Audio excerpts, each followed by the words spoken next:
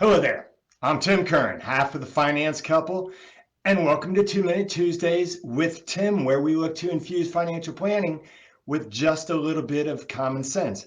First, I've got to apologize. I worked out first thing this morning. I have not had a chance to take a shower yet, so trust me when I say I definitely look better than I smell right now, but it's just been a busy day. I haven't been able to get to shower, and I guess that's the beauty of being able to work out of your house right now.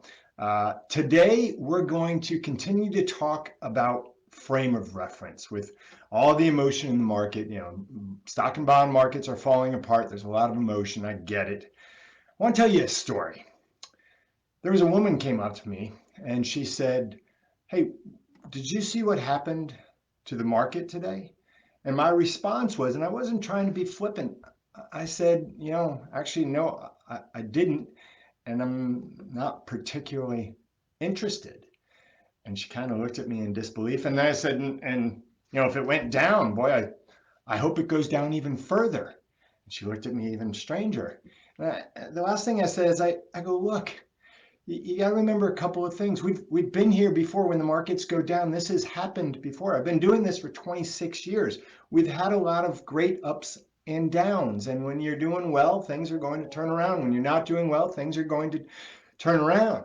What was important, what was important is her frame of reference was being based on what happened today or last week. And I said, look, if you own stock, it's our belief that you should have a minimum of 10 years holding period. And thus 1 day, 1 week doesn't mean anything. Again, I'm not being flippant. It just doesn't matter. After 1 week, you've got a minimum of 9 years and 51 weeks to go.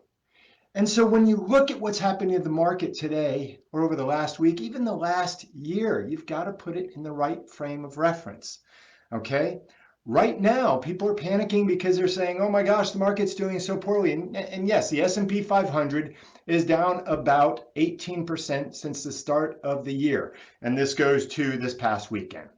So a 1-year return going through this past weekend, the S&P 500 is down roughly 8%. And people are saying, wow, those are both really bad numbers. Frame of reference is important here. If you go back 5 years through just this weekend, the S&P 500 is still up 60%. That's fantastic for 5 years' time. So frame of reference is really, really important. One other note, oh, by the way, that story that I told you about, that actually happened, and it happened in the beginning of 2008. I wrote a newsletter in March of 2008 talking about that same story.